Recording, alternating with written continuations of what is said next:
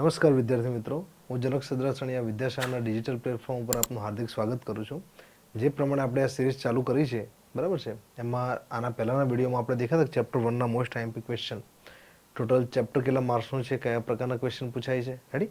તો એ જ સિરીઝને આપણે આગળ વધારીએ જેથી હરેક ચેપ્ટર વાઇઝ તમને ક્વેશ્ચન મળતા રહે, રેડી? તો આજનો આપણો ચેપ્ટર જે છે, ચેપ્ટર નંબર 2, ત્રિકોણમિતીય પ્રતિવિધેયો, ઠીક છે? તો આ ચેપ્ટરને કહેશું ઇન્વર્સ ટ્રિગોનોમેટ્રી, રેડી?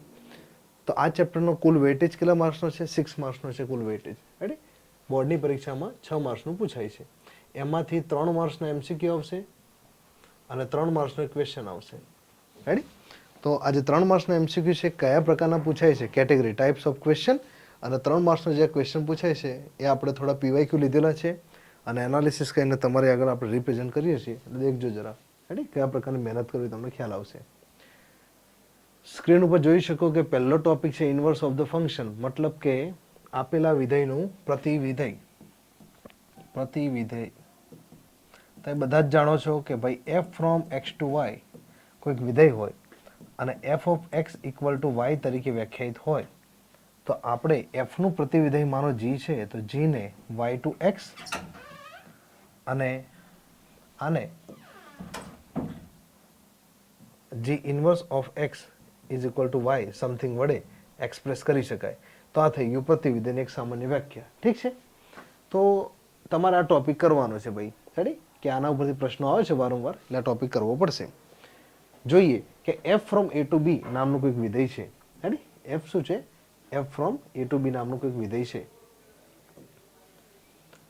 અને આપણને પૂછ્યું છે કે ત્યાં કોઈ એવું એક્ઝિસ્ટ કરતું ફંક્શન હોય g from b to a કે જેથી g ઓફ y બરાબર x થાય તો f of x equal to y જે આ વિધેય છે એનું પ્રતિવિધેય g ઓફ y થશે, રેડી?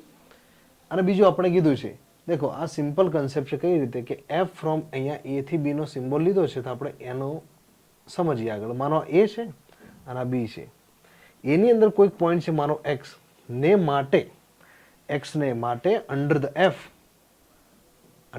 f એવો કોઈક y સામે મળે, રેડી? એવો કોઈક y સામે મળે તો મળી ગયો y માનો. તો આ એક શું થયું? ફંક્શનનું ઇનપુટ અને આઉટપુટ થયું. તો આની અંદર x માટે y મળ્યો, માનો કે x1 માટે y1 મળે, x2 માટે y2 મળે, એમ તમામે તમામ અલગ અલગ x માટે અહીંયા સામે યુનિક y મળે, પ્રત્યેક x માટે યુનિક y મળે.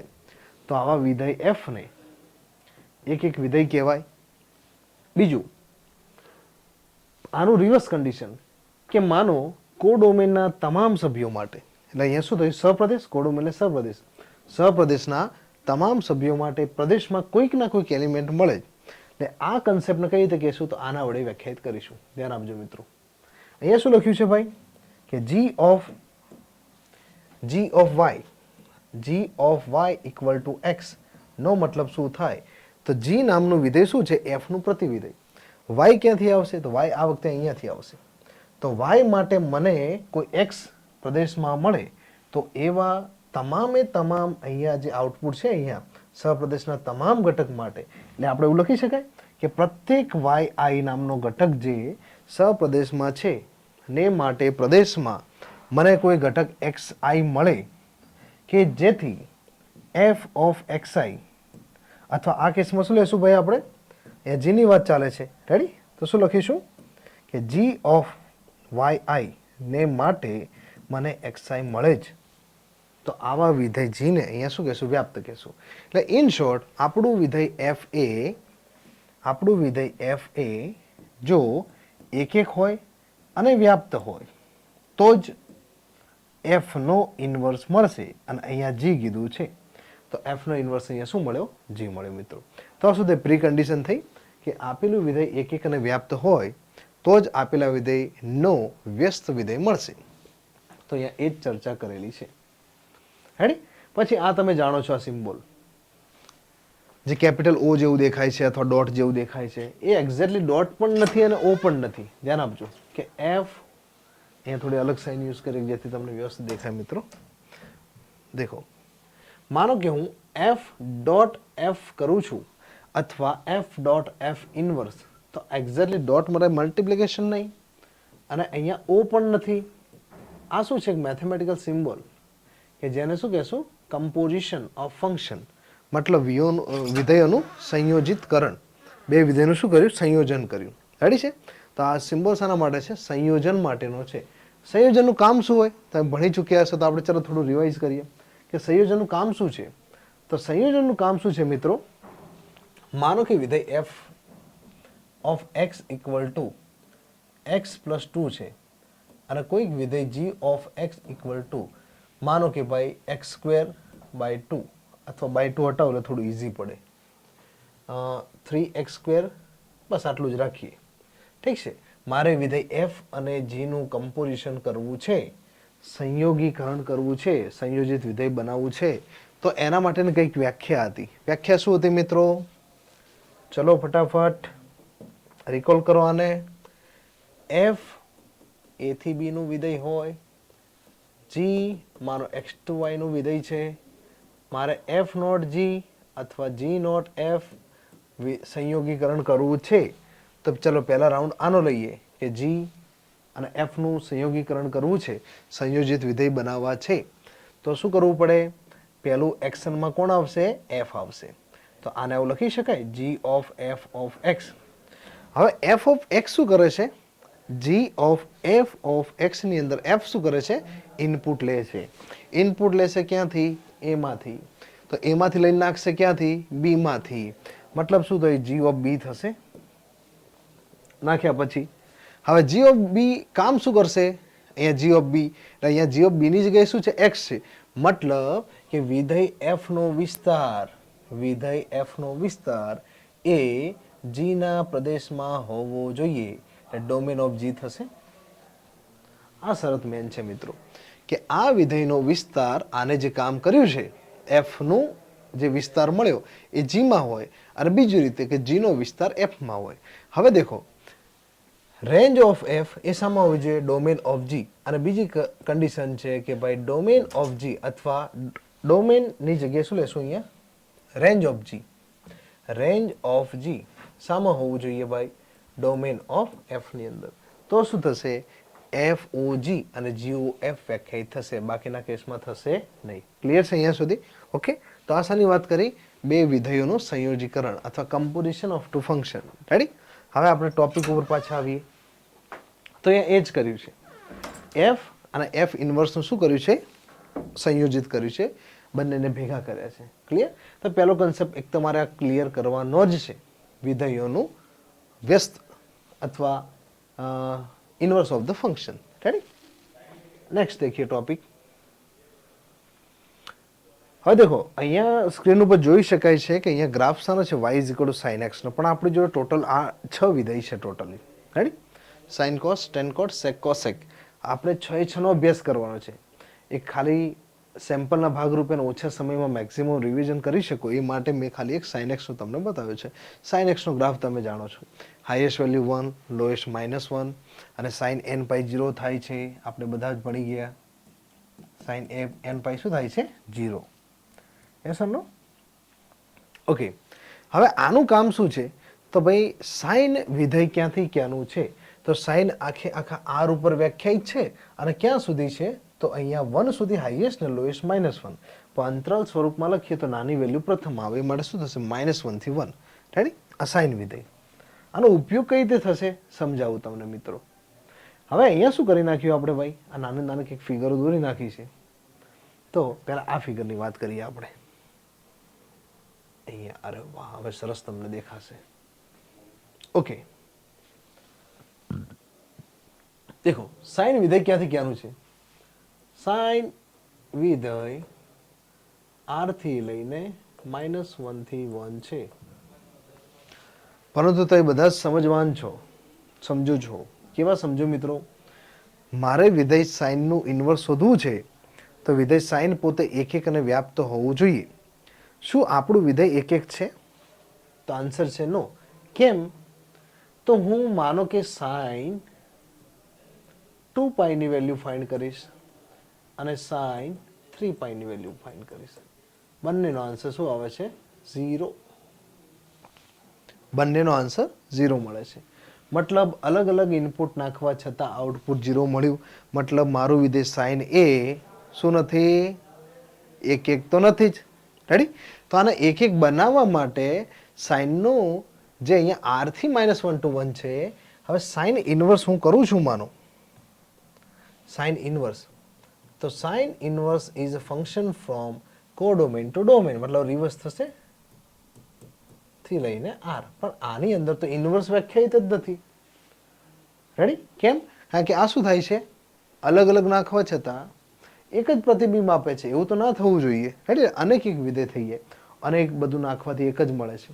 એટલે આના માટે આ r ઉપર કંઈક કન્ડિશન લગાવવી પડશે આપણે. શું લગાવવું પડશે? કંઈક કન્ડિશન. અને આ કન્સેપ્ટને કહેશું રિસ્ટ્રિક્ટેડ ડોમેન. શું કહેશું? Restricted domain. મતલબ ડોમેન મતલબ પ્રદેશ. પ્રદેશ ઉપર મેં કંઈક રિસ્ટ્રિક્શન નાખ્યા કે ભાઈ તમે r છો ને, તમારી જગ્યાએ આપણે માત્ર કોને પ્રાયોરિટી આપશું?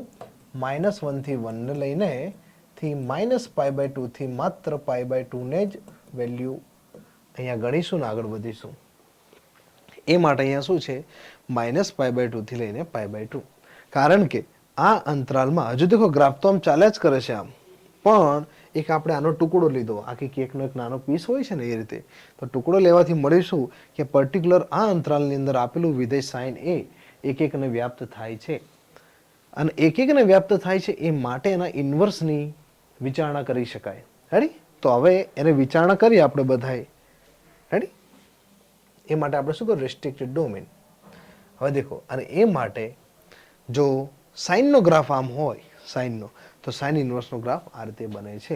અહીંયા ચેન્જ શું થયું મિત્રો? દેખો, આ એંગલ જે અહીંયા હતા π/2 અહીંયા y એક્સિસ ઉપર જતા રહ્યા, અને જે વેલ્યુ અહીંયા હતી શાની ઉપર? y ઉપર, એ શાની ઉપર આવતી રહે? x ની ઉપર. આટલું ચેન્જ.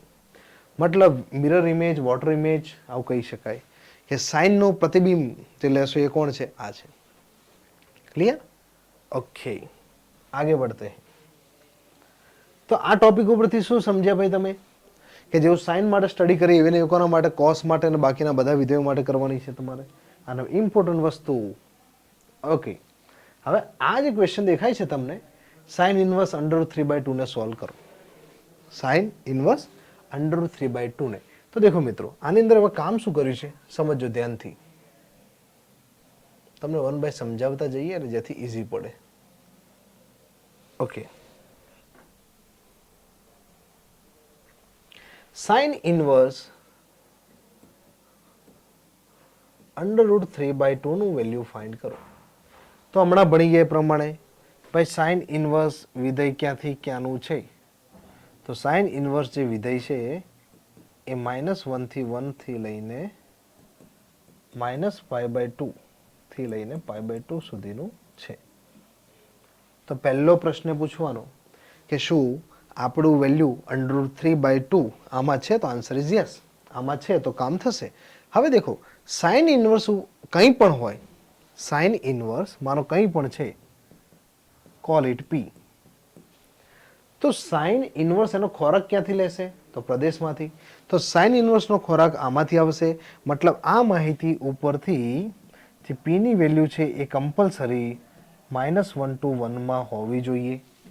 યસ ઓર નો? ચલો છે તો આગળ વધીશું. જો P ની વેલ્યુ એના પ્રદેશમાં છે તો સાઇન ઇનવર્સ P ની જે પણ વેલ્યુ મળશે તમને એ વેલ્યુ આની અંદર હશે. મતલબ કિંમત નાખો ને થીટા લઈ જાઓ. કિંમત નાખો, P જેવી કિંમત નાખો ને થીટા લઈ જાઓ. એવું થશે આની ઉપરથી. ક્લિયર છે? તો ઓકે, દેખો, તો સાઇન ઇનવર્સ √3/2 એ અહીંયા નાખેલો જે એંગલ છે એ અહીંયા જે કિંમત નાખી છે ને, કિંમત -1 to 1 માં આવે છે એવું અહીંયા કીધું છે કે x belongs to -1 to 1. Ready? એ માટે સાઇન ઇનવર્સ x કોઈ થીટા આપશે. થીટા કયો આપશે તો સમજીએ. તો ભાઈ સાઇન ઇનવર્સ √3/2 એ બીજું કંઈ નહીં પણ સાઇનના ઓબ્ઝર્વેશન અંડર સાઇન π/3 ની વેલ્યુ છે. અને હમણાં ભણી ગયા કે f અને f ઇનવર્સ હોય કે પછી f ઇનવર્સ ને f હોય તો આપણને જે લીધેલું ઇનપુટ x હોય એ પાછું આપે છે. તો એ માહિતી અંદર આપણને આન્સર શું મળશે? π/3. ક્લિયર છે? બહુ બેઝિક ક્વેશ્ચન છે. આ ચેપ્ટરનો એવું કહી શકાય કે આ ચેપ્ટરની શરૂઆત કરો તો સૌથી પ્રથમ ક્વેશ્ચનની શરૂઆત જ અહીંથી થાય. એટલો બેઝિક ક્વેશ્ચન એટલે આવડવો જ જોઈએ મિત્રો. રાઈટ. અને બીજો ક્વેશ્ચન છે સાઇન ઇનવર્સ -1/2, તો એનો આન્સર મળે છે -π/6. એક પેલો નિયમ યાદ રાખજો સાઇન અને કોસ માટેનો. કયો નિયમ ભાઈ? સાઇન માઇનસને ડાયજેસ્ટ કરી શકતું નથી, કોસ કરી જાય છે. મતલબ કે કોસ ઓફ -θ હોય તો સીધું એને તમે cos θ લખી શકો, અને સાઇન ઓફ -θ હોય તો તમારે માઇનસ એ વોમિટ કરીને બહાર નીકાળે છે. આ નિયમ યાદ રાખજો, તો આવા ક્વેશ્ચનમાં ઈઝી પડશે. દેખો અહીંયા સાઇન ઇનવર્સ ઓફ -1/2, એટલે અહીંયા શું કર્યું, π/6 ની વેલ્યુ થાય છે, પણ શું કર્યું, માઇનસ તો બહાર નીકાળે છે વોમિટ કરીને, તો minus of sine inverse of sine π/6. Sine inverse અને સાઇન કેન્સલ, ને તમને આન્સર મળે છે π/6. તો આ સાઇનનો કેસ હતો. મેં તમને સાઇનનો ગ્રાફ સમજાવ્યો, સાઇનના ક્વેશ્ચન સમજાવ્યા, બધા જ માટે છે. એટલે પહેલું આઈએમપી ક્વેશ્ચન તમારે આ કરવાનું. રેડી? નેક્સ્ટ દેખો સાઇન ને કોસના ટર્મમાં છે. હવે આવું મિક્સ હોય ત્યારે શું કરીશું ભાઈ? તો અહીંયાથી સોલ્વ કરતા કરતા તમારે છે કે અહીંયા સુધી આવવાનું છે. યાદ રાખીશું કે સાઇન ઇનવર્સની જોડે અહીંયા સાઇન આવશે ને તો જ કામ થશે. અને અહીંયા માનો સાઇન હોત તો અહીંયા સાઇન ઇનવર્સ લાવવું પડે, એટલે આપણો હેતુ એ હોવો જોઈએ. તો સાઇન ઇનવર્સ √-3/2 છે, તો આને સોલ્વ કર્યું આટલાને, તો આપણને આન્સર મળ્યો -π/3. કઈ રીતે? તો હાલ સમજાવ્યું એ રીતે. હવે કોસ ઓફ -π/3, કોસ તો શું કરે છે, માઇનસ ડાયજેસ્ટ કરી જાય છે, હમણાં સમજાવ્યું ડાયજેશન વાળું. તો માઇનસ લખો કે ના લખો કોઈ ફરક પડશે નહીં. એ માટે sine inverse of cos of π/3, અને કોસ π/3 નું મૂલ્ય થાય છે 1/2, અને 1/2 એટલે સાઇન π/6, અને સાઇન π/6 અને સાઇન ઇનવર્સ કેન્સલ થઈને આન્સર શું મળે છે, π/6. તો આવા ક્વેશ્ચન કરજો મિત્રો. રેડી? જો આ જ લખ્યું છે. કેમ -π/3 આવે? કારણ કે માઇનસ ડાયજેસ્ટ કરતું નથી સાઇન, આગે बढ़ते हैं. આ ટેબલ મેન છે એના માટે. ચાહે તમે યાદ રાખો કે રટી લો, ગમે તે કરો, આટલું ટેબલ કરી નાખો આવા પ્રકારના ક્વેશ્ચન માટે. હજુ ક્વેશ્ચન હું તમને બતાવું છું કેવા પ્રકારના પૂછાય, તમને વધારે આઈડિયા આવશે. રેડી? તો ટેબલ તો ઓકે છે જ, ટેક્સ્ટ બુકમાં આપેલું જ છે આપણે એનસીઈઆરટી ની. रेडी? ये रहे अपने पास क्वेश्चन. देखो हमें भाई ऐसा प्रूव करना है कि dish plus dish is equal to dish dish dish dish એવું કંઈક છે. રેડી? તો હવે 8/17 ના ભાગ પાડીના કામ કર્યું છે. દેખો અહીંયા હું સોલ્યુશન સમજાવ નથી આવ્યો, આ કે તો તમે જાતે બી કરી શકશો. કયા પ્રકારના ક્વેશ્ચન કરવા એના માટે આવીશું. કારણ કે આપણી આ સિરીઝ છે ને એમાં શું છે, આપણે આઈએમપી ડિસ્કસ કરવાના છે કે ભાઈ આ પ્રકારના ક્વેશ્ચન કરો, એમાંથી એક તો આવશે જ. એક આવશે મતલબ digit can be change, not copy and paste. Ready? Okay. Next આ રહ્યા મેન હીરોઝ આપણા એમસીક્યુ માટેના. જે લોકોને 50 એમસીક્યુ જે પૂછાવાના છે ને, એમાંથી 3 આગળના ચેપ્ટરના હતા, ચેપ્ટર 1ના, અને 3 આ ચેપ્ટર. જો 6 માર્ક્સ તો હું તમને અહીંથી આપું છું. આ પેપરનું એનાલિસિસ કરીને ક્વેશ્ચન કાઢેલા છે, એટલે મહેરબાની કરીને એટલા તો ક્વેશ્ચન કરજો જ જો આ ચેપ્ટર કરતા હોય તો. કોટ ઇનવર્સ ઓફ માઇનસનું મુખ્ય કિંમત શું થાય? તો કોટ ઇનવર્સ ઓફ સમથિંગ, તો એના માટે કોટ ઇનવર્સ નો પ્રદેશ જોવાનો તમારે. તો આ રહ્યો કોટ ઇનવર્સ નો પ્રદેશ, એ આર છે, આઝાદ છે, ગમે તે નાખો કામ કરી જ લેશે, મતલબ એ કંઈક ના કંઈક આન્સર આપશે. તો એ મેથડથી એને સોલ્વ કરીશું. ક્લિયર છે?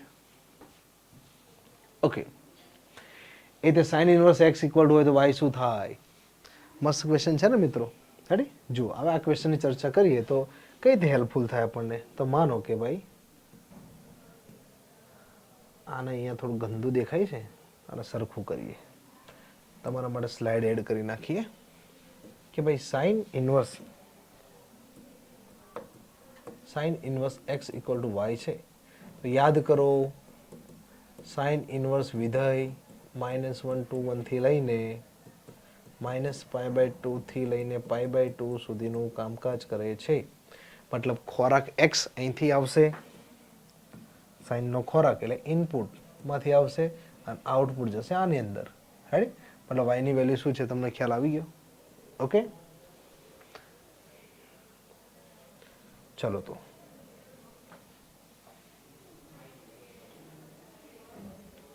આ બીજા ક્વેશ્ચન છે. સેમ ટુ સેમ કોટને ઇન્ડિવિજ્યુઅલી સોલ્વ કરો, કોસેકને સોલ્વ કરો, બંનેના આન્સરનું માઇનસ કરો, આન્સર ઇઝ રેડી. તો જો આ ક્વેશ્ચન દેખજો મિત્રો. ક્વેશ્ચન ના પ્રકાર હું હટી જાઉં છું સાઈડમાં, તમે જોઈ શકો. રેડી? આ ક્વેશ્ચન તો ખાસ કરજો જ. કોઈ પણ નો આન્સર હું નથી આપતો હમણાં. તમારે કામ શું કરવાનું છે, આ બધા ઓબ્ઝર્વ કરો, એનાલિસિસ કરો ક્વેશ્ચનનું, બરાબર, કઈ રીતે સોલ્વ કરવાનું. એક જ કન્સેપ્ટ, આ વિડીયોનો એક જ હેતુ છે કે કઈ થિયરી યુઝ થાય છે ને કેવા ક્વેશ્ચન પૂછાય છે ને તમે સંભાળી લેશો. બોર્ડનો સમય છે, તમારો ટાઈમ વધારે વેસ્ટ નહીં કરીએ, ફટાફટ સ્ક્રીન ઉપર તમને બતાવી દેશું. દેખો, વિડીયોને પોઝ કરીને જોજો પાછા એ કયા પ્રકારના ક્વેશ્ચન પૂછાય છે. આવા ક્વેશ્ચન વારંવાર આવે છે. હેની derivative of sine cos tan તમે કરો એટલે કામ થઈ જ જશે. દેખો, જેમ સાઇનનો ક્વેશ્ચન સોલ્વ કરો ને એવું સેમ ટુ સેમ કોસેકનો છે.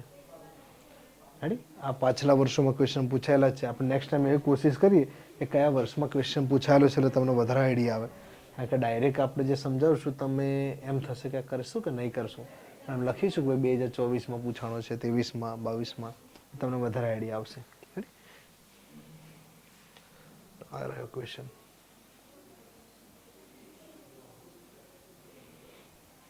મોટા ક્વેશ્ચન આવો પૂછાય છે કે ભાઈ ટેન ઇનવર્સ ઓફ સમથિંગ, એટલે તમારે અહીંયા પહેલાં સોલ્વ કરો, સાઇનને કોસને સોલ્વ કરો અને અહીંયા વેલ્યુ નાખો તો તમારો આન્સર આવશે. રેડી? આપણે શું કરવાનું છે? એક્સ અને વાયની કિંમત શોધવાની છે. આવું સાબિત કરવાનું છે. રેડી? એટલે આ ક્વેશ્ચન આપણે કરવા પડશે. આ મોટા 3 માર્ક્સમાં ક્વેશ્ચન પૂછાય છે. દેખો, એક જ પ્રકારની પેટર્ન છે કે નહીં, કે 2 sine inverse equal to something હોય, આવું સાબિત કરવાનું છે. આની અંદર એક જ કન્સેપ્ટ યુઝ કરીશું. કયો? LHS લો, RHS બતાવવાનું છે આપણે. ક્લિયર? દેખો, એક જ પ્રકારના ક્વેશ્ચન છે મિત્રો. આમાં એક્સની વેલ્યુ ઝૂમ કરીને કામ કરો તો કામ થઈ જશે. રેડી? એક્સના બરાબર આદેશ લેવાનો છે તમારે. પછી આ બધા ક્વેશ્ચન દેખો, જે આગળ ક્વેશ્ચન કર્યા 4/5, એટલે 4/5 એટલે 0 પોઈન્ટ સમથિંગ, એટલે કોસ ઇનવર્સ નો જે શું કહે છે પ્રદેશની અંદર વેલ્યુ આવે છે, મતલબ વ્યાખ્યાયિત છે, ના હોય તો એને લાવવું પડે. રેડી? આ રહ્યા બીજા ક્વેશ્ચન. આ સાબિત કરો કે આના બરાબર આવું છે. સાદા સ્વરૂપમાં લખો. સાદા સ્વરૂપમાં લખો મતલબ સાદું રૂપ આપો. રેડી? આનો મતલબ એક જ છે. એક ઝૂમ કરીને કામ કરો. ઓકે, જેવો પેલો આગળ કોસ માટે આવી ગયો, સેમ ટુ સેમ સાઇન માટેનો છે, એટલે એક જ ક્વેશ્ચન કરો, તમારે ડબલ કામ થશે. Okay, same to same. દેખો, જે કોસ વાળો હતો, સાઇન વાળો હતો, એક જ પેટર્નના ક્વેશ્ચન પૂછાયેલા છે. અને બીજો ક્વેશ્ચન છે. તો જુઓ મિત્રો, આ પ્રકારે તમને હરેક ચેપ્ટર હું તમને આઈએમપી આપતો રહીશ. આઈએમપી મતલબ હરેક ટાઈપ ઓફ ક્વેશ્ચન તમારે ફરજિયાત એટલા કરજો, એમાંથી ક્વેશ્ચન આવશે. વેટેજ સાથે હું ચર્ચા કરું જ છું. રાઈટ? બાકીના સબ્જેક્ટના વિડીયો તમને આ રીતે મળતા જ રહેશે. તો હરેક વિડીયો દેખો ફટાફટ. ઓછા સમયમાં મેક્સિમમ રિવિઝન કઈ રીતે કરવું, કયા ક્વેશ્ચન કરવા. રેડી? અમારી સાથે જોડાઈ રહેજો. થેન્ક યુ સો મચ મિત્રો.